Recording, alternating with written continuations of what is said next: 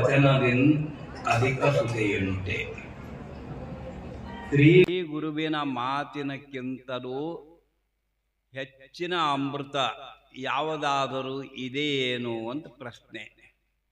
ಆ ಪ್ರಶ್ನೆ ಒಳಗೆ ಉತ್ತರ ಇದೆ, ಯಾವುದೂ ಇಲ್ಲ ಅಂತ ಅರ್ಥ.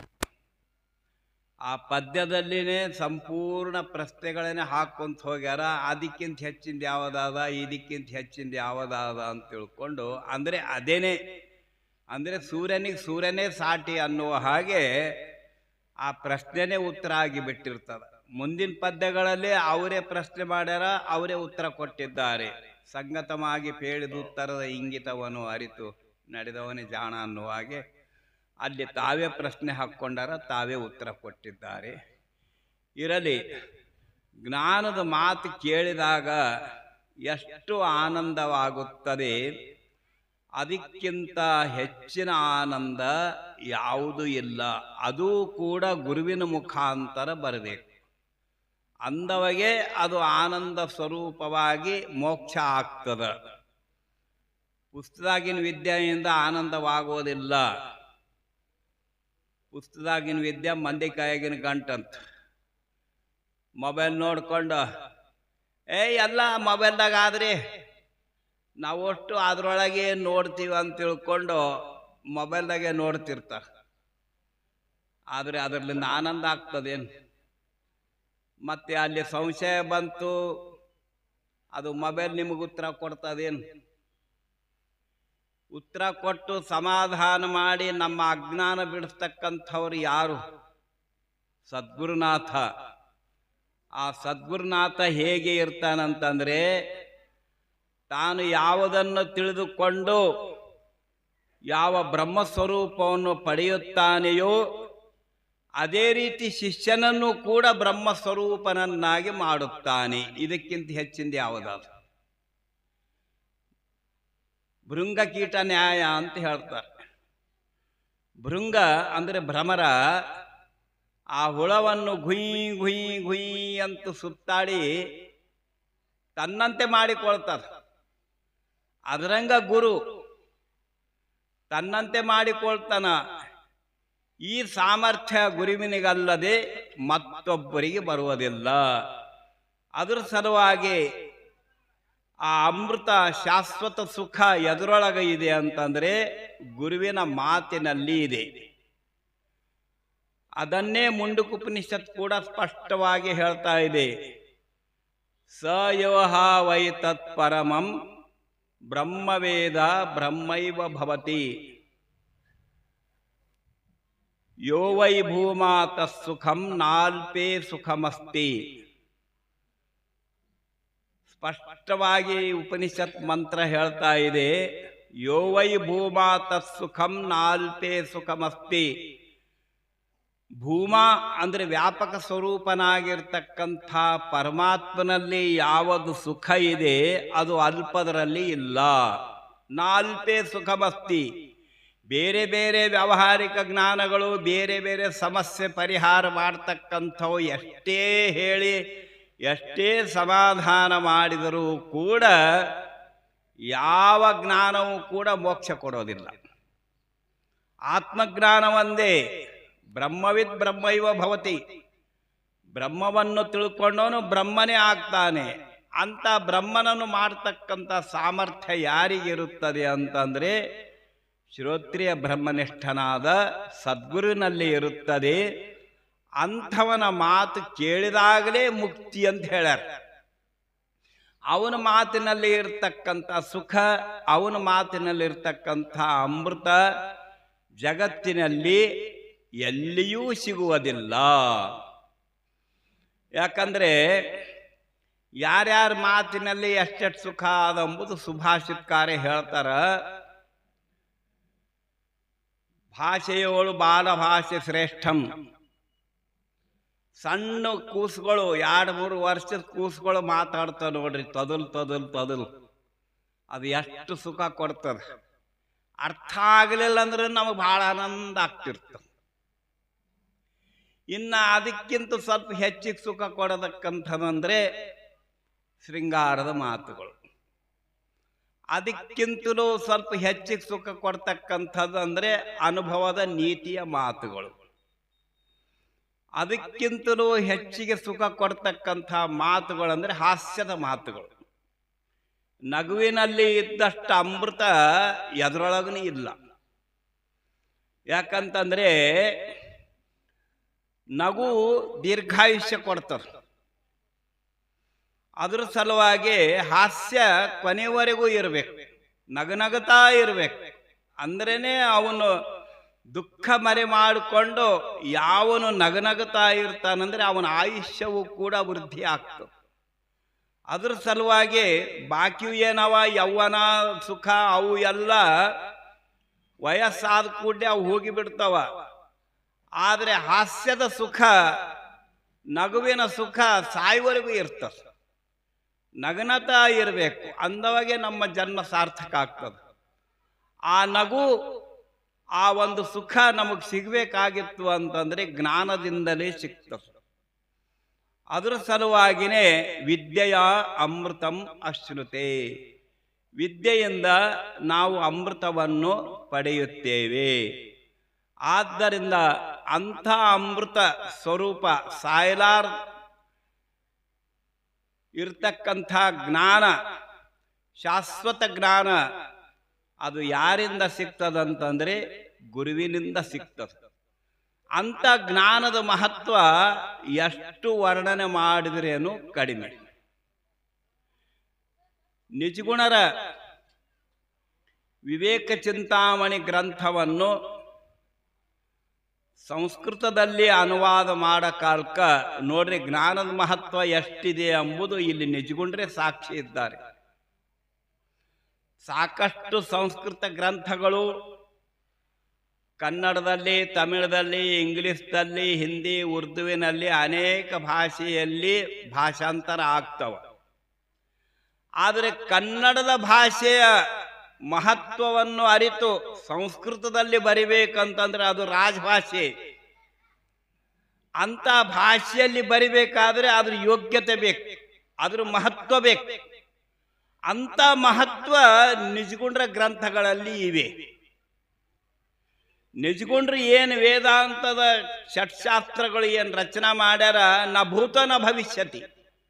ಹಿಂದೂ ಅಷ್ಟು ಜ್ಞಾನ ಕನ್ನಡ ಭಾಷೆಯಲ್ಲಿ ಯಾರು ಹೇಳಿಲ್ಲ, ಮುಂದೂ ಯಾರು ಹೇಳುವುದಿಲ್ಲ. ಯಾವ ರೀತಿ ಸಂಸ್ಕೃತ ಭಾಷೆಯಲ್ಲಿ ವ್ಯಾಸೋಚ್ಚಿಷ್ಟಂ ಜಗತ್ ಸರ್ವಂ ಅಂತ ಹೇಳಿದೆ, ಅದೇ ರೀತಿ ನಿಜಗುಣರ ಭಾಷೆ ಕನ್ನಡ ಸಾಹಿತ್ಯಕ್ಕೆ ಎಷ್ಟು ಅಪರೂಪ ಕೊಡುಗೆ ಇದೆ ಅಂತಂದ್ರೆ ನಾ ಭೂತೋ ನ ಭವಿಷ್ಯತಿ. ಇದನ್ನು ಲಿಂಗರಾಜರೇ ಸಂಸ್ಕೃತದಲ್ಲಿ ಅನುವಾದ ಮಾಡೋ ಕಾಲಕ್ಕೆ ಅವರು ಒಂದು ಮಾತು ಹೇಳ್ತಾರ, ಸ್ವಲ್ಪ ಲಕ್ಷ್ಯ ಕೊಟ್ಟು ಕೇಳ್ರಿ. ವಿವೇಕ್ ಚಿಂತಾಮಣಿ ಅಂತ ಅದ್ಭುತ ವಿಶ್ವಕೋಶ, ಸಂಸ್ಕೃತಕ್ಕೆ ವಿಶ್ವಕೋಶ ಯಾವುದು? ಅಮರಕೋಶ. ಸಂಸ್ಕೃತ ಕಲಿಯೋರಿಗೆ ಅದು ಕಂಪಲ್ಸರಿ ಇದೆ. ಅಮರಕೋಶ ಅವನು ಅಭ್ಯಾಸ ಮಾಡಲಿಲ್ಲ ಅಂದ್ರೆ ಅವನಿಗೆ ಸಂಪೂರ್ಣ ಸಂಸ್ಕೃತ ಜ್ಞಾನ ಆಗೋದಿಲ್ಲ. ಅದರಂಗ ವೇದಾಂತಕ್ಕ ವಿಶ್ವಕೋಶ ಯಾವುದು ಅಂತಂದ್ರೆ ವಿವೇಕ್ ಚಿಂತಾಮಣಿ. ಆ ವಿವೇಕ್ ಚಿಂತಾಮಣಿ ಬಗ್ಗೆ ಕೊಡಗಿನ ಅರಸ ಲಿಂಗರಾಜು ಅವರು ಒಂದು ಮಾತು ಹೇಳ್ತಾರೆ. ಏನು ಹೇಳ್ತಾರೆ ಅದ್ರ ಬಗ್ಗೆ ಅಂತಂದ್ರೆ, ಈ ವಿವೇಕ್ ಚಿಂತಾಮಣಿ, ಈ ಜ್ಞಾನದ ರತ್ನ, ಇದು ಎಷ್ಟು ಶ್ರೇಷ್ಠ ಇದೆ ಎಂಬುದು ಹೇಳ್ತಾ ಇದ್ದಾರೆ. ಬ್ರಹ್ಮದೇವರು ಇದ್ರ ಮಹತ್ವ ತಿಳಿಸೋ ಸಲುವಾಗಿ ಸ್ವರ್ಗದ ಚಿಂತಾಮಣಿ ಮತ್ತು ಈ ಭೂಲೋಕದ ವಿವೇಕ್ ಚಿಂತಾಮಣಿ ಎರಡೂ ಗ್ರಂಥಗಳನ್ನು ತಗೊಂಡು ಒಂದು ತಕ್ಕಡಿ ತಗೊಂಡು ಒಂದು ಪರಡೆಯಲ್ಲಿ ಸ್ವರ್ಗದ ಚಿಂತಾಮಣಿ ಇಟ್ರು. ಅದು ಬೇಡಿದ್ ಕೊಡ್ತಕ್ಕಂಥ ಚಿಂತಾಮಣಿ ಸ್ವರ್ಗದಾಗಿ ಇರ್ತಕ್ಕಂಥ ಬಂಗಾರ ಬೆಳ್ಳಿ ನೀವೇನು ಬೇಡ್ತೀರ ಅದು ಕೊಡ್ತಾರೆ. ಅದು ಸಮುದ್ರದಲ್ಲಿ ಹುಟ್ಟಿದ ಚಿಂತಾಮಣಿ, ಅದು ಬೇಡಿದ್ ಕೊಡ್ತಕ್ಕಂಥ ರತ್ನ. ಅದನ್ನು ಒಂದು ಪರಡೆಯಲ್ಲಿ ಇಟ್ಟ ಬ್ರಹ್ಮದೇವ. ಎರಡನೇದು ನಿಜಗುಣರ ವಿವೇಕ್ ಚಿಂತಾಮಣಿ, ಅದನ್ನು ಇನ್ನೊಂದು ಪರಡೆಯಲ್ಲಿ ಬ್ರಹ್ಮದೇವರು ಇಟ್ಟರು. ಆದರೆ ವಿವೇಕ್ ಚಿಂತಾಮಣಿ ಗ್ರಂಥದ ತೂಕ ಹೆಚ್ಚಾಯಿತು, ಆ ಸ್ವರ್ಗದ ಚಿಂತಾಮಣಿಯ ತೂಕ ಹಗರಾಗಿದ್ದು ಅಂಜಿ ಸ್ವರ್ಗಕ್ಕೆ ಓಡಿ ಹೋಯಿತು. ಅಂದಮೇಲೆ ಈ ಜ್ಞಾನದ ಮಹತ್ವ ಎಷ್ಟಿದೆ ಎಂಬುದು ಕವಿನೇ ಸ್ವತಃ ಹೇಳ್ತಾ ಇದ್ದಾನೆ. ಅದಕ್ಕಾಗಿ ದ್ರಾಕ್ಷಾಮ್ಲಾನಮುಖಿ ಜಾತ ಶರ್ಕರಾ ಚಾಶ್ಮತಾಂ ಗತ ಸುಭಾಷಿತ ರಸಂ ದೃಷ್ಟ ಸುಧಾಭೀತ ದಿವಂಗತ. ಒಬ್ಬ ಸುಭಾಷಿತಕಾರ ಹೇಳ್ತಾ ಇದ್ದಾನೆ, ದ್ರಾಕ್ಷಾಮ್ಲಾನಮುಖಿ ಜಾತ, ಆ ಸುಭಾಷಿತ ಮಾತು, ಒಳ್ಳೆಯ ಮಾತುಗಳು, ಪ್ರೀತಿಯ ಮಾತುಗಳು, ಜ್ಞಾನದ ಮಾತುಗಳು ಕೇಳಿ ದ್ರಾಕ್ಷಾಮ್ಲಾನಮುಖಿ ಜಾತ, ಆ ದ್ರಾಕ್ಷಿ ಹಣ್ಣು ಅಂಗೂರು ಏನಾಯ್ತು ಅಂದ್ರೆ ಬಾಡಿ ಹೋಯ್ತಂತ. ಶರ್ಕರಾ ಚಾಶ್ಮತಾಂಗತ, ಸಕ್ಕರೆ ಕಲ್ಲಾಗಿ ಹೋಯ್ತಂತ. ಸುಭಾಷಿತ ರಸಂ ದೃಷ್ಟ ಸುಧಾಭೀತ ದಿವಂಗತ, ಆ ಸುಭಾಷಿತ ಒಳ್ಳೆ ಮಾತುಗಳು, ಜ್ಞಾನದ ಮಾತುಗಳು ನೋಡಿ ಅಮೃತ ಅಂಜಿ ಸ್ವರ್ಗಕ್ಕೆ ಓಡಿ ಹೋಯ್ತಂತ. ಇನ್ನ ಇದ್ರ ಮುಂದೆ ನಾನು ಆಟ ನಡೆಯಂಗಿಲ್ಲ ಅಂತ. ಅದಕ್ಕಾಗಿನೇ ನಾವು ಯಾವಾಗಲೂ ಪ್ರೀತಿಯ ಮಾತುಗಳನ್ನೇ ಆಡಬೇಕಂದಾಗ ನಮಗೆ ಎಷ್ಟು ಸಂತೋಷ ಆಗ್ತದೆ, ಎಷ್ಟು ಆನಂದ ಆಗ್ತದೆ. ಅದಕ್ಕೆ ನಾವು ಮೊದಲು ಬನ್ನಿರಿ ಕುಳಿತುಕೊಳ್ಳಿರಿ ಅಂತ ತಿಳ್ಕೊಂಡು ಒಳ್ಳೆಯ ಮಾತುಗಳನ್ನು ಆಡಬೇಕು. ಇದು ಸೌಜನ್ಯತೆ. ಇಂಥ ಒಂದು ಸಂಸ್ಕಾರ ಗುರು ಕಲಿಸ್ತಾನೆ ನಮಗ. ಬಸವಣ್ಣನವರೇ ಹೇಳಿದ್ದಾರೆ, ಬನ್ನಿರಿ ಕುಳಿತುಕೊಳ್ಳಿರಿ ಎಂದರೆ ನೆಲವು ಕುಸಿಯುವುದೇ. ಅಪ್ಪ, ಶರಣರ ಬರವೆಮಗೆ ಪ್ರಾಣ ಜೀವಾಳವಯ್ಯ. ನೋಡ್ರಿ ಎಷ್ಟು ಸರಳವಾಗಿ ನಮಗೆ ಉಪದೇಶ ಮಾಡ್ಯಾರ, ಆದ್ರೆ ಅಷ್ಟೇ ನಡೆಯೋದು ಕಠಿಣ. ಹೇಳಿಕ್ ಬಹಳ ಸುಲಭ, ನಡಿಲಿಕ್ಕೆ ಬಹಳ ಕಷ್ಟ. ಪರೋಪದೇಶ ಸರ್ವೇಪಿ ಪಂಡಿತಾ ಸ್ವೀಯಮನುಷ್ಠಾನೇ ಮುನಿಯೋಪಿ ನ ಪಂಡಿತ. ಮಂದಿಗೆ ಉಪದೇಶ ಮಾಡೋದ್ರೊಳಗೆ ಎಲ್ಲರೂ ಪಂಡಿತರು, ಎಲ್ಲರೂ ಜ್ಞಾನಿಗಳು, ಎಲ್ಲರೂ ಮಹಾತ್ಮರೇ. ಆದರೆ ಸ್ವೀಯ ಮನುಷ್ಠಾನೆ, ತನ್ನ ಆಚರಣೆಯಲ್ಲಿ ಮುನಿಗಳಿಗೂ ಜ್ಞಾನಿಗಳಿಗೂ ಕಷ್ಟ ಆಗ್ತದೆ. ನುಡಿದಂತೆ ನಡೆದರೆ ಇದೇ ಜನ್ಮ ಕಡಿ ಅಂತ ಹೇಳಿದ್ದಾರೆ. ಅದರಂಗ ನಡೆ ನುಡಿ ಒಂದಿರಬೇಕು. ಅದಕ್ಕಾಗಿ ಸಾಮಾನ್ಯವಾಗಿ ಪ್ರೀತಿಯ ಮಾತುಗಳು ಆಡಿದರೆ ಪಶು ಪಕ್ಷಿಗಳು ಕೂಡ ನಮ್ಮ ಸಮೀಪ ಬರ್ತಾವ. ಯಾವಾಗ ನಾವೇ ಕಠೋರವಾಗಿ ಮಾತಾಡಿದೀವಿ ಅಂತಂದ್ರೆ ಅವು ಪ್ರಾಣಿಗಳು ಕೂಡ ನಮ್ಮ ಸಮೀಪ ಬರಂಗಿಲ್ಲ. ಪ್ರಿಯವಾಕ್ಯ ಪ್ರಧಾನೇನ ಸರ್ವೇ ತುಷ್ಯಂತಿ ಜಂತವಾಹ ತಸ್ಮಾತ್ ತದೇವ ವಕ್ತವ್ಯಂ ವಚನೆ ಕಾದರಿದ್ರತ. ಒಬ್ಬ ಸುಭಾಷಿತಕಾರ ಹೇಳ್ತಾ ಇದ್ದಾನೆ, ಪ್ರಿಯವಾಕ್ಯ ಪ್ರಧಾನೇನ ಸರ್ವೇ ತುಷ್ಯಂತಿ ಜಂತವಾಹ. ಪ್ರೀತಿಯ ಮಾತುಗಳು ಆಡುವುದರಿಂದ ಎಲ್ಲ ಪ್ರಾಣಿಗಳಿಗೂ ಸಂತೋಷವಾಗುತ್ತದೆ. ಅಂದಮ್ಯಾಲ ಸರ್ವೇ ತುಷ್ಯಂತಿ ಜಂತವಾಹ. ನಾವು ಮನ್ಯಾಗ ನಾಯಿಗೆ ಸಾಕ್ತೀವಿ, ಬೆಕ್ಕಿಗೆ ಸಾಕ್ತೀವಿ, ಗಿಳಿಗೆ ಸಾಕ್ತೀವಿ, ಏನೇನೋ ಪ್ರಾಣಿಗಳಿಗೆ ಸಾಕ್ತೀವಿ. ಅವು ಪ್ರೀತಿಯಿಂದ ಮಾತಾಡಿದ್ರೆ ಅವು ನಮ್ಮ ಸಮೀಪ ಬರ್ತಾವ. ಅವು ಪ್ರಾಣಿಗಳು ತೊಡಿ ಮ್ಯಾಲೂ ಕೂಡ್ತಾವ. ಆದ್ರೆ ಹಚ್ಚೆ ಹಡೆ ಅಂತ ಅಂದ್ಬಿಟ್ಟೆ ಅಂತಂದ್ರೆ ಅವು ನಮ್ಮ ಸಮೀಪೇ ಬರಂಗಿಲ್ಲ. ನೋಡ್ರಿ, ಪ್ರಾಣಿಗಳಿಗೆ ಅಷ್ಟು ಬುದ್ಧಿ ಅದ. ನಾವು ಒಳ್ಳೆ ಮಾತಾಡಿದಾಗ, ಪ್ರೀತಿಯ ಮಾತಾಡಿದಾಗ ಅವನು ಬಂದು ಪ್ರೀತಿಯಿಂದ ನಮ್ಮ ಮೈ ನೆಕ್ತಾವ. ಎಷ್ಟು ಸಂತೋಷ ಆಗ್ತದ.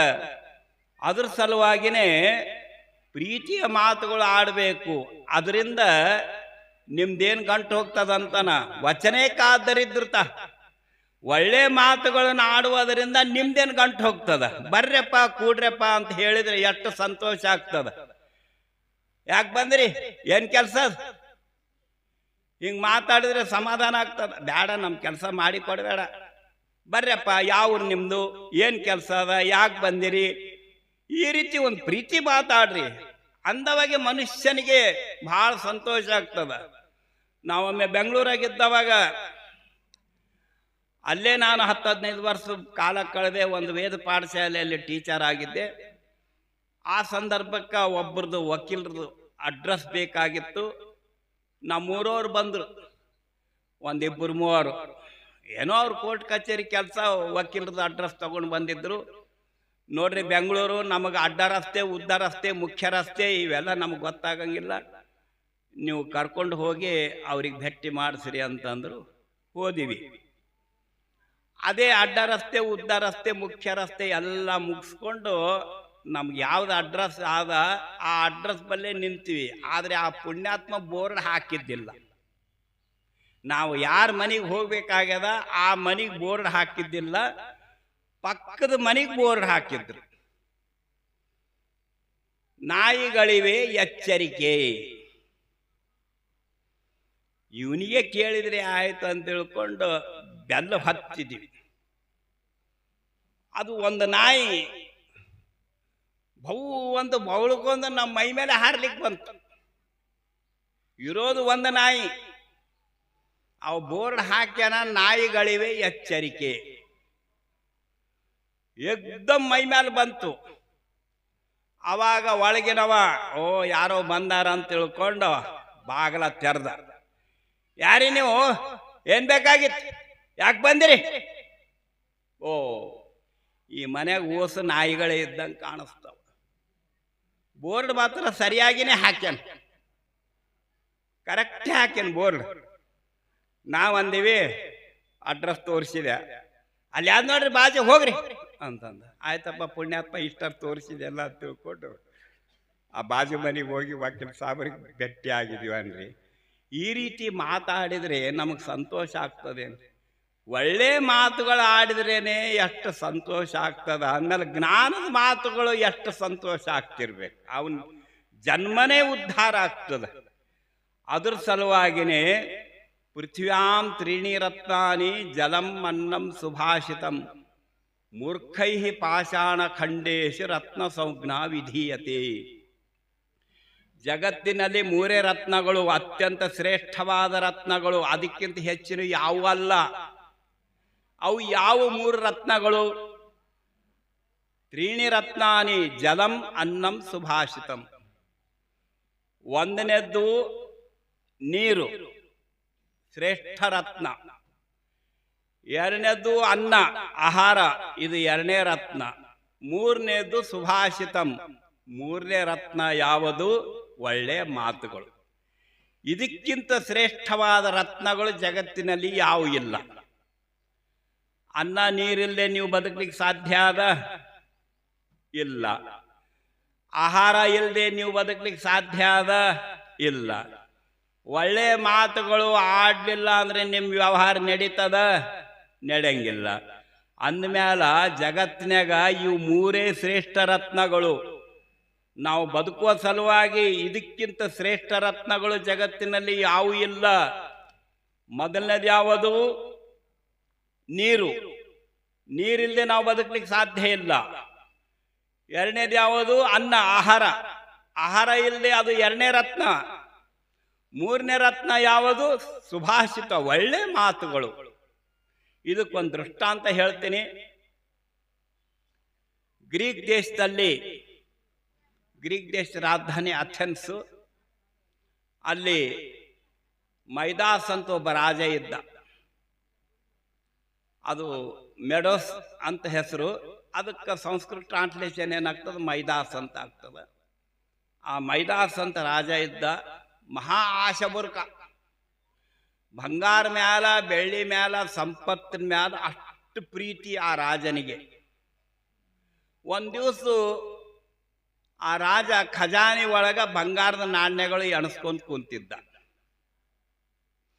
ಆವಾಗ ದೇವದೂತ ಪ್ರತ್ಯಕ್ಷ ಆದ. ಏನ್ಪ ರಾಜ, ನೀ ಭಾಳ ಸುಖಿ ಇದ್ದಿ, ನಿನ್ನಷ್ಟು ಸುದೈವಿ ಜಗತ್ತಿನಾಗ ಯಾರು ಇಲ್ಲ, ಎಷ್ಟು ಸಂಪತ್ತು ಪಡೆದಿದ್ದಿ, ಎಷ್ಟು ಏನು ವೈಭವ, ಭಾಳಷ್ಟು ಸಂಪತ್ತು ಪಡೆದಪ್ಪ, ಭಾಳ ಅದೃಷ್ಟವಂತ ನೀನು, ಪುಣ್ಯವಂತ ಅಂತ ದೇವದೂತ ಹೇಳಿದ. ಅವಾಗ ಇವ ರಾಜ ಏನಂದ? ಇದು ಎಷ್ಟ್ರದ್ರಿ ಸಂಪತ್ತು, ಇದು ಭಾಳ ಕಡಿಮೆ ಆದ, ನನಗಿನ್ನ ಹೆಚ್ಚಿಂದ ಬೇಕು ಅಂತಂದ. ಆಯ್ತು ಕೊಡ್ತೀನಿ, ಎಷ್ಟು ಬೇಕಂತ ಕೇಳಿದ. ನಾ ಮುಟ್ಟಿದೆಲ್ಲ ಚಿನ್ನ ಆಗ್ಬೇಕು, ನಾ ಮುಟ್ಟಿದೆಲ್ಲ ಬಂಗಾರ ಆಗ್ಬೇಕಂತಂದ. ಆಯ್ತು ನೀ ಏನು ಮುಡ್ತಿದ ಅವೆಲ್ಲ ಬಂಗಾರ ಆಗ್ತಾವ ತಗೋ ಅಂತ ಆಶೀರ್ವಾದ ಮಾಡಿದ. ಸೂರ್ಯೋದಯಕ್ಕ ಈ ವರ ಕೆಲಸ ಕೊಡ್ತದ. ಸೂರ್ಯೋದಯ ಆಗಣ ನೀ ಏನು ಮುಡ್ತಿದ ಅವೆಲ್ಲ ಬಂಗಾರ ಹಾಕೊಂತ ಹೋಗ್ತಾವ ಅಂತ ಆಶೀರ್ವಾದ ಮಾಡಿದ. ಭಾಳ ಹಿಗ್ಗಿದ. ಮಕ್ಕೊಂಡ ನಿದ್ದಿನೇ ಬರಲಿಲ್ಲ. ಯಾವಾಗ ಬೆಳಗಾದಿತ್ತು. ಕಡೆಗೆ ಬೆಳಗಾಯ್ತು, ಸೂರ್ಯೋದಯ ಆಯ್ತು. ಹಿಂಗ ಕಣ್ಣು ಹಿಂಗ ಒರ್ಸ್ಕೊಂತ ಕಣ್ಣು ತೆರೆದು ಎದುರು ಟೇಬಲ್ ಮುಟ್ಟಿದ. ಟೇಬಲ್ ಬಂಗಾರ ಆಗಿಬಿಡ್ತು. ಆಹಾ, ವರ ಕೆಲಸ ಕೊಡ್ತು, ಭಾಳ ಧನ್ಯನಾದೆ ಅಂತ ತಿಳ್ಕೊಂಡು ಕುರ್ಚಿ ಮುಟ್ಟಿದ. ಕುರ್ಚಿ ಬಂಗಾರ ಆಯಿತು. ಟೇಬಲ್ ಮ್ಯಾಲಿನ ಹೂಜಿ ಮುಟ್ಟಿದ. ಏನೇನು ಸಾಮಾನುಗಳು ಅವ, ಬೆಂಚು, ಕುರ್ಚಿ, ಅವನ ರೂಮ್ನ್ಯಾಗ ಚೇಂಬರ್ನ್ಯಾಗ ಏನೇನು ಓಸು ಮುಟ್ಕೊಂತ ಹೋದ. ಬಂಗಾರ ಆಗಲಿ ಕತ್ತು ಹಿಗ್ಗಿದ. ಕಡೆಗೆ ಹೊರಗೆ ಅಂಗಳದಾಗ ಬಂದ. ಅಂಗಳದಾಗ ಇಂಥ ದೊಡ್ಡ ಗಾರ್ಡನ್ದಾಗ ಬಂದ. ಗಿಡ ಮರಗಳು ಏನು ಸಿಗ್ತಾವ, ಬೆಂಚುಗಳು, ಕಲ್ಲುಗಳು, ಏನೇನು ಮುಡ್ತಾನ ಅವಿಷ್ಟು ಬಂಗಾರ ಹಾಕ್ಕೊಂತ ಹೋದ. ಹಿಗ್ಗಿದ. ಹಸಿವಾಯ್ತು ನೋಡ್ರಿ. ನೀರಡಿಕೆ ಆಯ್ತು. ಸೇವಕರಿಗಂದ, ಒಂದು ಗ್ಲಾಸ್ ನೀರು ತಗೊಂಡು ಬರ್ರಿ ಅಂತಂದ. ಆಯ್ತು ಅಂತ ತಿಳಿದು ಒಂದು ಕಾಜಿನ ಗ್ಲಾಸ್ನಾಗ ನೀರು ತಂದು ಕೊಟ್ಟು. ನೀರು ಕುಡ್ಲಿಕ್ಕೆ ಹೋದ. ಕಾಜಿನ ಗ್ಲಾಸ್ನು ಬಂಗಾರ ಆಯ್ತು, ನೀರ್ನು ಬಂಗಾರ ಆಯ್ತು. ಇನ್ನೊಂದು ಗ್ಲಾಸ್ ತಗೊಂಡು ಬರ್ರಿ ಅಂದ. ಎರಡನೇ ಗ್ಲಾಸ್ನು ತಂದು ಕೊಟ್ರು, ಅದನ್ನು ಬಂಗಾರ ಆಗಿಬಿಡ್ತು. ಈಗೇನು ಮಾಡಬೇಕು? ಊಟ ಹಸಿವಾಗ್ಲಿಕ್ಕೆ ಹತ್ತು, ಊಟ ತಗೊಂಡು ಬರ್ರಿ. ಮತ್ತೆ ರಾಜರೇನು ಸಾಮಾನ್ಯರೇನು ಬೆಳ್ಳಿ ತಟ್ಟೆ ಒಳಗ ಪಂಚಪಕ್ವಾನ್ನ ನೀಡಿಸ್ಕೊಂಡು ತಂದು ಅವನು ಟೇಬಲ್ ಮುಂದೆ ಇಟ್ಟರು. ಊಟ ಮಾಡ್ಲಿಕ್ಕಂತ ಹೋಗ್ತಾನ, ತುತ್ತು ಮೂಡ್ತಾನ. ಅದು ತುತ್ತೆಲ್ಲ ಆಹಾರ ಎಲ್ಲ ಬಂಗಾರ ಆಗಿಬಿಡ್ತು. ಆ ಪ್ಲೇಟ್ ಬಂಗಾರ ಆಗಿಬಿಡ್ತು. ಏನಪ್ಪ ಅಳ್ಳಿಕ್ಕೆ ಶುರು ಮಾಡಿದ. ಇನ್ನೊಂದು ತಟ್ಟೆ ತಗೊಂಡು ಬರ್ರಿ ಅಂತಂದ. ಇನ್ನೊಂದು ತಟ್ಟೆನೂ ನೀಡಿಸ್ಕೊಂಡು ತಂದು ಮುಂದಿಟ್ರು. ಮುಟ್ಟಿದ, ಬಂಗಾರ ಆಗಿಬಿಡ್ತು. ಅಷ್ಟೊತ್ತಿಗೆ ಅವನು 5 ವರ್ಷದ ಹೆಣ್ಣು ಮಗಳು ಇದ್ದೊಬ್ಬಕ್ಕಿ ಮಗಳೇ, ಗಂಡ್ಸು ಮಕ್ಕಳೆಲ್ಲ ಅಷ್ಟು ಆಸೆ ಅವನಿಗೆ. ಆಕಿ ಮಗಳು ಬಂದಳು. ಅಪ್ಪ ಅಳ್ಳಿಕ್ಕತ್ತಾನಂದ್ ಗೋಳೆ ಆಡ್ತಾನಂತ ತಿಳ್ಕೊಂಡು ಆಕಿ ಅಪ್ಪ ಅಂತ ಆಳ್ಕೊಂಡು ಬಂದು ತಂದಿ ತೊಡೆ ಮ್ಯಾಲ ಕುಂತಳು. ಆಕಿ ಬಂಗಾರ ಮುದ್ದೆ ಹಾಕಿ ಕುಂತು. ಅಯ್ಯಯ್ಯೋ, ಇದೇನಪ್ಪ, ಎಂತ ಹೊತ್ತು ಬಂತಲ್ಲ ದೇವ್ರೇ. ಹೇ ದೇವತಾ, ಇನ್ನೊಂದು ತಾಸಾದ್ರೆ ನಾ ಸತ್ತು ಹೋಗ್ತೀನಿ, ಜಲ್ದಿ ಪ್ರತ್ಯಕ್ಷ ಆಗಪ್ಪ, ನಾನು ಹೊಟ್ಟೆಗಿಷ್ಟು ಆಹಾರ ಹಾಕು ಅಂತ ತಿಳ್ಕೊಂಡು ಬೇಡ್ಕೊಂಡ. ಅವಾಗ ದೇವದೂತ ಪ್ರತ್ಯಕ್ಷ ಆದ. ಏನಪ್ಪ ಮೈದಾಸ, ಇನ್ನೊಂದು ಸ್ವಲ್ಪ ಬಂಗಾರ ಬೇಕೇನು? ಯಾರಿಗೆ ಬೇಕಾಗ್ಯದ ಅಪ್ಪ? ನನಗೆ ಅನ್ನ ನೀರು ಸಿಕ್ಕರೆ ಸಾಕಾಗ್ಯದ. ಇದು ತಗೊಂಡು ಏನು ಮಾಡಂದಿ? ಜಗತ್ತಿನಾಗ ಇವೇ ರತ್ನಗಳು, ಅದಕ್ಕೆ ನನಗೇನೂ ಬೇಕಾಗಿಲ್ಲ, ಈಗ ನನಗೆ ಊಟ ಕೊಡು ಅಂತಂದ. ಈಗ ನಿನಗೆ ಅರ್ಥ ಆಯ್ತಲ್ಲ, ಮತ್ತೆ ಈಗ ನೀ ಏನೇನು ಮುಟ್ಟಿದೆ ವಾಪಸ್ ತಕ್ಕೊಂತೀನಿ ಅಂತಂದ. ಆತ ಏನಂದ, ನಾನು ಮುಟ್ಟಿದಷ್ಟೇ ಯಾಕೆ, ನನ್ನ ಖಜಾನೆಗಿಂದನು ವಾಪಸ್ ತಕ್ಕೊಂಡು ನನಗೆ ಮೊದಲು ಊಟ ಕೊಡು ಅಂತ ಅಂದ್ಬಿಟ್ಟ. ತಥಾಸ್ತು ಅಂತಂದ. ಹೀಗೆ ಅವನು ಏನೇನು ಮುಟ್ಟಿದ್ದ ಅವೆಲ್ಲ ಮೊದಲಿನಂತೆ ವಸ್ತುಗಳು ಆದು. ಅಂದರೆ ಇದ್ರ ತಾತ್ಪರ್ಯ ಏನು ಅಂತಂದರೆ, ಜಗತ್ತಿನಾಗ ನಿಜವಾದ ಜ್ಞಾನ ರತ್ನಗಳು ಯಾವುವು ಅಂತಂದರೆ ಇವು ಮೂರೇ. ಪೃಥ್ವ್ಯಾಂ ತ್ರೀಣಿ ರತ್ನಾನಿ ಜಲಂ ಅನ್ನಂ ಸುಭಾಷಿತಂ. ಅದಕ್ಕೆ ಮೂರ್ಖೈ ಪಾಷಾಣ ಖಂಡೇಶ ರತ್ನ ಸಂಜ್ಞಾ ವಿಧೀಯತೆ. ಅದಕ್ಕೆ ಮೂರ್ಖರು ಏನು ಮಾಡ್ತಾರೆ, ಈ ವಜ್ರ ವೈಢೂರ್ಯ ಇವು ನವರತ್ನಗಳು ಇವು ಭಾಳ ಶ್ರೇಷ್ಠ ಅಂತ ತಿಳ್ಕೊಂತಾರೆ. ಆದರೆ ಹಸಿವಾದಾಗ ಅವು ತಿನ್ಲಿಕ್ಕೆ ಬರ್ತಾವ, ಉಣ್ಲಿಕ್ಕೆ ಬರ್ತಾವ. ನಮಗೆ ಬದುಕ್ತಕ್ಕಂಥದ್ದು ಯಾವುದು? ಒಂದು ಅನ್ನ, ಒಂದು ನೀರು, ಒಂದು ಒಳ್ಳೆಯ ಮಾತುಗಳು. ಅದಕ್ಕಾಗಿ ಒಳ್ಳೆಯ ಮಾತುಗಳನ್ನು ಆಡುವುದರಿಂದಲೇ ನಮಗಿಷ್ಟು ಸಂತೋಷ ಆಗ್ತದಂದ್ಮೇಲೆ ಆ ಗುರುವಿನ ಜ್ಞಾನದ ಮಾತುಗಳು ಕೇಳಿದಾಗ ಎಷ್ಟು ಸಂತೋಷ ಆಗ್ತದೆ. ಅದಕ್ಕೆ ಚಾಣಕ್ಯ ತನ್ನ ನೀತಿಯಲ್ಲಿ ಹೇಳ್ತಾನ, ಕಾಮಕ್ಕೆ ಸಮಾನ ಕೋಯಿ ರೋಗ ನಹಿ, नेत्र के समान कोई ज्योति नहीं, क्रोध के समान कोई अग्नि नहीं, ज्ञान के समान कोई सुख नहीं. ನೋಡ್ರಿ ಎಷ್ಟು ಚಂದಾಗಿ ಹೇಳನ್ ಚಾಣಕ್ಯ ತನ್ನ ನೀತಿಯಲ್ಲಿ. ಕಾಮಕ್ಕೆ ಸಮಾನ ಕೊಯ್ ರೋಗ ನಹಿ.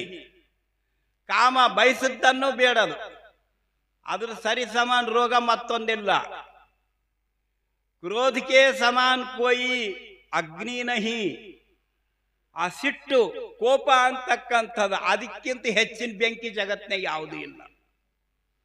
ಅದೇ ಬಹಳ ಹೆಚ್ಚಿನ ಉರಿತಕ್ಕಂಥ ಬೆಂಕಿ ಅದು. ಇನ್ನ ನೇತ್ರಕ್ಕೆ ಸಮಾನ ಕೊಯ್ ಜ್ಯೋತಿ ನಹಿ. ಕಣ್ಣಿನ ಸರಿ ಸಮಾನ ಬೆಳಕು ಜಗತ್ತಿನಾಗ ಯಾವುದೂ ಇಲ್ಲ. ನಮಗ್ ಕಣ್ಣಿದ್ರೆ ಎಲ್ಲ ನೋಡ್ತೀವಿ, ಕಣ್ಣೇ ಇಲ್ಲ ಅಂತಂದ್ರೆ ನಾವೇನ್ ನೋಡಕ್ ಸಾಧ್ಯ ಅದ? ಅದಕ್ಕೆ ಕಣ್ಣು ಏನಾದ ಅದ್ರ ಸರಿ ಸಮಾನ ಜ್ಯೋತಿ, ಅದ್ರ ಸರಿ ಸಮಾನ ಬೆಳಕು ಮತ್ತೊಂದಿಲ್ಲ. ಜ್ಞಾನ ಸೇ ಅಧಿಕ ಸುಖ ನಹಿ. ನೋಡ್ರಿ, ಜ್ಞಾನಕ್ಕಿಂತ ಹೆಚ್ಚಿನ ಸುಖ ಜಗತ್ತಿನಲ್ಲಿ ಯಾವುದು ಇಲ್ಲ. ಅಂಥ ಒಂದು ಜ್ಞಾನ ನೀಡತಕ್ಕಂಥ ಗುರುವಿನ ಜನ್ಮ ಸಾರ್ಥಕ ಆಗ್ತದೆ. ಅವರು ಜ್ಞಾನ ನೀಡಿ ನಿಸ್ವಾರ್ಥದಿಂದ, ಆಗಲೇ ನಮ್ಮ ಅಣ್ಣವರು ಭಾಳ ಚಂದ ಹೇಳಿದರು, ಗುರುವಿನ ಲಕ್ಷಣ ಕರುಣ ಸತ್ಕಲೆ ಶಾಸ್ತ್ರ ಪರಿಣತೆ ನಿರಾಶೆ ಸೌಂದರ್ಯತೆ ಸುಮುಖತ್ವ ಸುಜ್ಞಾನ ಗುಣಗಳು ಇರಲ್ ಅವನೇ ಸೇವೆ ಗುರುವಕ್ಕುಂ. ಇಂಥ ಗುರು ನಿರಾಭಾರಿ ಗುರು ಇರಬೇಕು. ಏನನ್ನು ಬಯಸದೆ ನಿಷ್ಪಕ್ಷಪಾತದಿಂದ ಯಾರು ಜ್ಞಾನ ನೀಡ್ತಾರಂತಂದ್ರೆ ಅವ್ರ ಜನ್ಮ ಸಾರ್ಥಕ ಆಗ್ತದ. ಅವರೇ ನಿಜವಾದ ಗುರುಗಳು.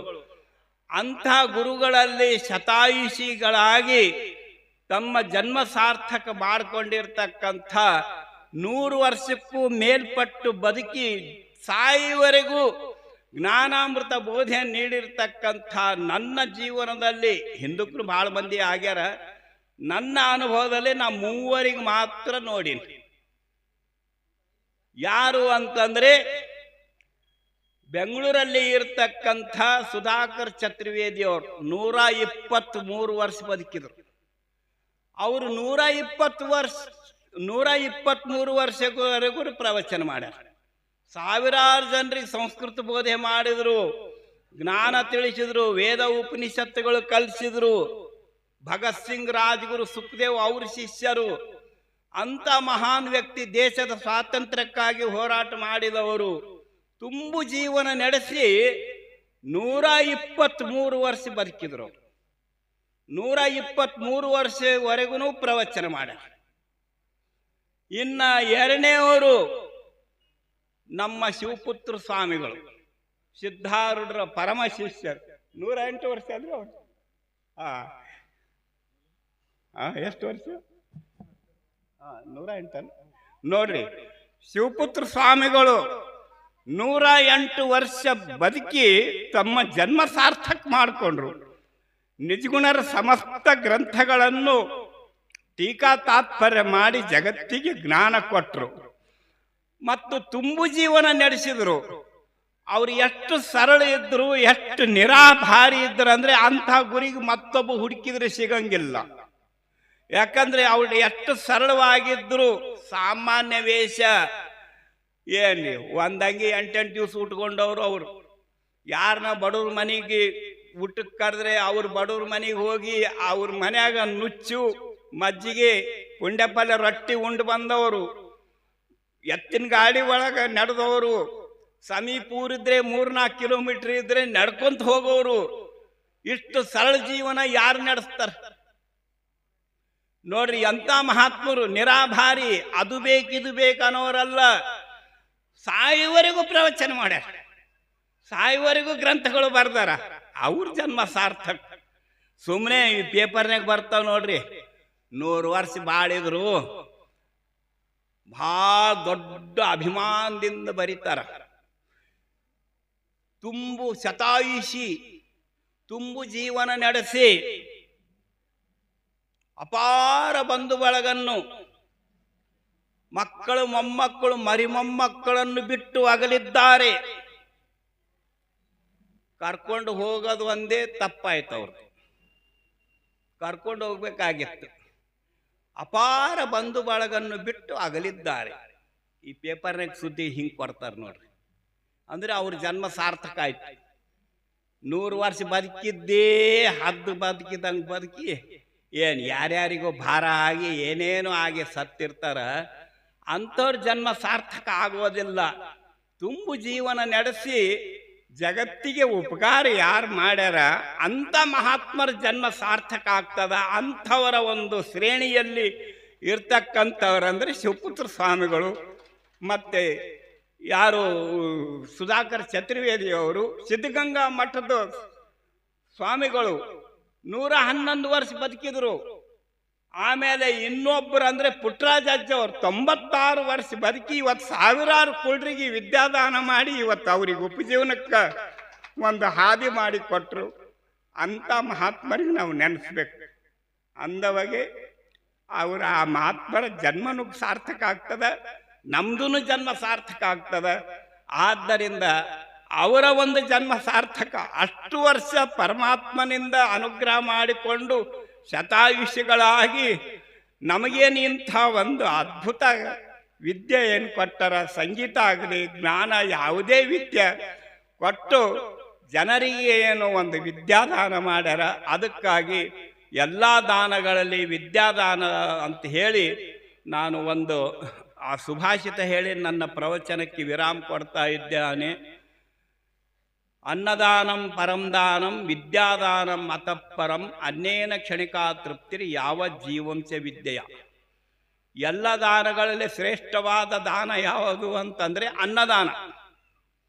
ಅನ್ನದಾನಕ್ಕಿಂತ ಶ್ರೇಷ್ಠ ದಾನ ಜಗತ್ತಿನಲ್ಲಿ ಯಾವುದೂ ಇಲ್ಲ. ಯಾಕಂದ್ರೆ ನಾವು ಅನ್ನದಿಂದಲೇ ಬದುಕ್ತೇವೆ.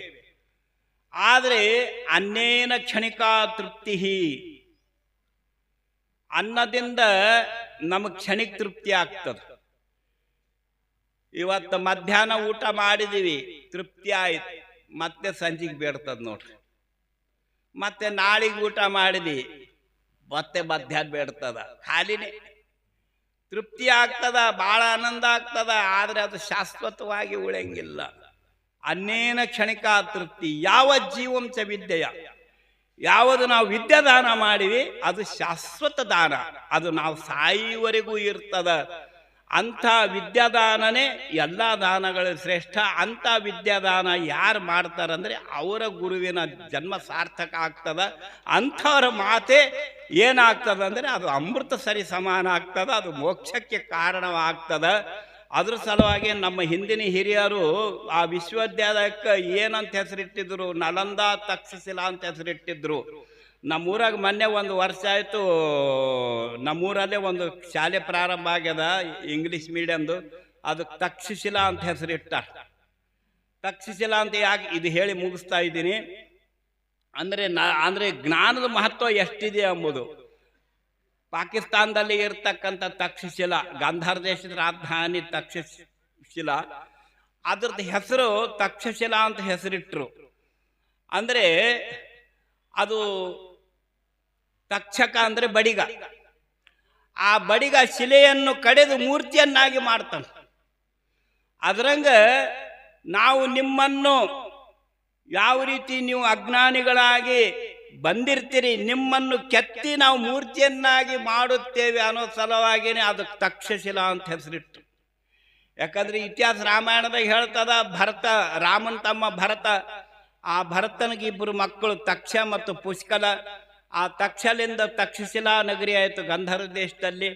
2ನೇ ಮಗ ಪುಷ್ಕಲ, ಅದು ಪಶ್ಚಿಮ ಗಾಂಧಾರ ಆಯಿತು, ಇದು ಪೂರ್ವ ಗಾಂಧಾರ ಆಯಿತು. ಈ ರೀತಿ ರಾಮಾಯಣ ಇತಿಹಾಸ ಹೇಳ್ತದ. ಆ ತಕ್ಷಶಿಲಾ ಮತ್ತು ಪುಷ್ಕಲಾವತಿ ಹೇಗೆ ಬಂದು ಎಂಬುದು, ಆ ಪುಷ್ಕಲಾವತಿ ಪಶ್ಚಿಮ ಗಾಂಧಾರದ ರಾಜನೇ ಶಕುನಿ, ಹೀಗೆ ಇತಿಹಾಸ ಇದೆ. ಆದ್ದರಿಂದ ಇಲ್ಲಿ ನಲಂದ, ಬಿಹಾರದಲ್ಲಿ ಅದಕ್ಕೆ ನಲಂದ ಅಂತ ಹೆಸರಿಟ್ಟಿದ್ರು. ಅಂದ್ರೆ ಇದ್ರ ಅರ್ಥ ಏನಂದ್ರೆ ನಾಲಂ ದದಾತೀತಿ ನಲಂದ ಶಬ್ದ. ಅಲಂ ಅಂದ್ರೆ ಸಾಕು, ಸಾಕಂಬುದು ಕೊಡೋದು ಯಾವುದು? ಅನ್ನದಾನ. ಅದು ಅನ್ನದಾನ ಸಾಕು ಅನಿಸ್ತದ. ನೀವು ಎಷ್ಟೇ ಪ್ರೀತಿಯಿಂದ ಊಟಕ್ಕೆ ಹಾಕಿದಾಗ ಸ್ವಲ್ಪ ಪ್ರೀತಿಯಿಂದ ಹೆಚ್ಚಿಗೆ ಹಾಕ್ರಿ ಸಿಟ್ಟು ಬರ್ತದ ಅವನಿಗೆ. ಊಟ ಮಾಡಕ್ಕಲ್ಲ, ಕಡಿಮೆ ಹಾಕ್ರಿ ಸಿಟ್ಟು ಬರ್ತದ. ಅನ್ನದ ಮಹತ್ವ ಇಷ್ಟ. ಪ್ರೀತಿಯಿಂದ ಒತ್ತಾಯದಿಂದ ಹೆಚ್ಚಿಗೆ ಹಾಕಿದ್ರೇನು ತ್ರಾಸ, ಇನ್ನ ಹೊಟ್ಟೆ ಹಸಿವು ಇರ್ತದ, ಕಡಿಮೆ ಹಾಕಿದ್ರೇನು ತ್ರಾಸ. ಅದು ಅಲಂದದಾತಿ, ಸಾಕನಿಸ್ತದ ಊಟಕ್ಕೆ ಕುಂತಾವ. ಆದರೆ ನ ಅಲಂ ದದಾತಿತೆ ನಾಲಂದ, ಅದು ಸಾಕಂಬುದೇ ಕೊಡೋದಿಲ್ಲ. ನಾಲಂ ಸಾಕಾಗಲಾರ್ದ ವಿದ್ಯೆ, ಅದು ಎಷ್ಟಿದ್ರೇನು ಸಮುದ್ರದಂತೆ ಇರ್ತಕ್ಕಂಥ ಜ್ಞಾನ, ಅದನ್ನು ನಾವು ನಿಮಗೆ ಕೊಡ್ತೀವಿ ಅಂತ ಹೇಳ್ಕೊಂಡು ಚಾಲೆಂಜ್ ಕೊಟ್ಟು ಹಿಂದಿನ ಮಹಾತ್ಮ ಋಷಿಗಳು ಅಂತಂಥ ವಿಶ್ವವಿದ್ಯಾಲಯ ಪ್ರಾರಂಭಿಸಿ ನಮಗೆಲ್ಲ ಜ್ಞಾನ ಕೊಟ್ಟಿದ್ದಾರೆ. ಅಂಥ ಎಲ್ಲ ಜ್ಞಾನಗಳಲ್ಲಿ ಆತ್ಮಜ್ಞಾನನ ಶ್ರೇಷ್ಠ. ಅಂಥ ಆತ್ಮಜ್ಞಾನದಲ್ಲಿ ಏನು ಅಮೃತ ಇದೆ, ಏನು ಮಹತ್ವ ಇದೆ, ಅದು ಯಾವ ವಿದ್ಯೆಯಲ್ಲಿಯೂ ಇಲ್ಲ. ಅದರ ಸಲುವಾಗಿ ಭಗವದ್ಗೀತೆಯಲ್ಲಿ ಕೂಡ ವಿದ್ಯೆಯ ಅಮೃತಮಶ್ನುತೆ, ಅಂಥ ಒಂದು ವಿದ್ಯೆಯಿಂದ ನಾವು ಮುಕ್ತಿಯನ್ನು ಪಡಿತೀವಿ. ಅಂಥ ಮುಕ್ತಿಯನ್ನು ಕೊಡ್ತಕ್ಕಂಥ ಗುರುವಿನ ಮಾತಿನಲ್ಲಿ ಏನು ಒಂದು ಶ್ರೇಷ್ಠತೆ ಇದೆ, ಏನು ಒಂದು ಅಮೃತ ಸಮಾನ ಇದೆ, ಅದು ಯಾವುದೂ ಇಲ್ಲ. ಅಂಥ ಗುರುವಿನ ಮಾತು ಕೇಳಿಕೊಂಡು ಅವರ ಒಂದು ಜ್ಞಾನವನ್ನು ಪಡಿಕೊಂಡು ನಾವು ನೀವೆಲ್ಲರೂ ಧನ್ಯರಾಗೋಣ ಅಂತ ಹೇಳುತ್ತಾ ಆ ಸದ್ಗುರು ಸಿದ್ಧಾರೂಢ ಮಹಾಸ್ವಾಮಿಗಳವರ ಚರಣಾರವಿಂದಗಳಲ್ಲಿ